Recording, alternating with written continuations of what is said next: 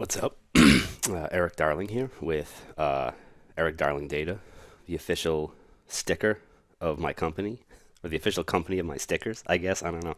Whatever. I'm recording a quick video today to talk about one of my favorite new features, or not even new, but one of my favorite features that I don't see enough people talking about when they're looking at query plans. And I've been watching this podcast called Drink Champs, which is awesome. And it's just like all interviews with like rap dudes from the 80s and 90s and stuff. And I get jealous because when they record their thing, they get to be like, make some noise, and they have like air horns. All I have is this lame can of compressed air. So when I do make some noise, it's just it doesn't have the same effect. And I think next video I might try to get an air horn in here so that I can make some noise too. But so anyway, what I'm going to show you is actually a little bit of a preview from my pre-con that I have coming up at SQL Bits, and I'm really looking forward to that. I'm getting a little nervous because it's like it's a Saturday, and it's creeping up. Whew, it's so close. But so one thing that I'm going to be talking about in the pre-con is this cool thing in execution plans that shows you how long an operator kind of ran for. So we have this query, right? Or this query plan, and there's a whole bunch of stuff in it. And there's a whole lot of stuff that could be slow. If you look down the bottom of the screen, we zoom in a little bit down here, we can see this dog ran for 29 seconds. 29. And I know people will be like, well, turn on live query plans, rerun it. Well, I don't want to turn on live query plans. I just want to get my actual plan, and I want to see where I spent all my time. Now, if I hit F4 on one of these operators, what's going to pop up is this new window over on the side, the properties thing.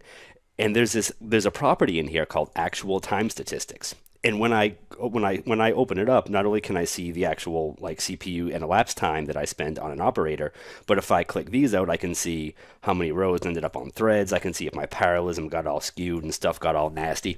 So we have this timing here. So we can see that for this index scan, we spent about 6.5 CPU seconds on it. We used multiple CPUs to make things faster, and so we spent about 1 point, well, like, you know what, I'm going to round up and say 1.8 actual seconds on the index scan, right? And if we go down the line and we look at all of these different or we proceed to different operators, we can start to see how much time we spent in different places. And we get over to this sort operator, we spent 19 seconds sorting data. That's crazy. So 19 out of 29 seconds in this execution plan was just spent on this sort. And of course, this sort spills out to disk, and it's all nasty and gnarly. And that thing spilled almost 1 million pages out to disk, 980,000 pages. That's bonkers. Of course, that took 19 seconds. That's terrible. And as we go down the line, we'll see different things we'll see different timings. And the timing kind of adds up as you go down. So it wasn't a full 19 seconds here, but there wasn't really a whole lot else going on between that scan and that sort. So we're going to call that sort the majority of the time we spend in the query plan. Not every operator has this attribute. So if we look at the compute scalar over here, we don't have that attribute, and that's why it disappears. But if you come back to the sequence project compute scalar, we'll have our actual time statistics back, and we can look at our filter, and we can see that as we go kind of to the left, the time will sort of add up, but it resets in weird places. I haven't quite figured out the entire dynamic of when things reset and when things change. It's a little bit weird. It's a little bit weird and foreign to me. I don't think it's documented anywhere, so I'm gonna refrain from making too many guesses. But as we click around, we can kind of see where different parts of the plan spent different amounts of time.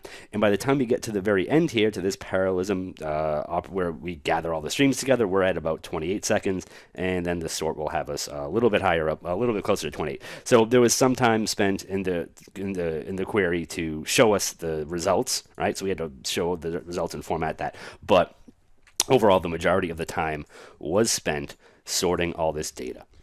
Now, of course, you're going to have to come to my pre-con to learn how we can fix this and make this not take 19 seconds.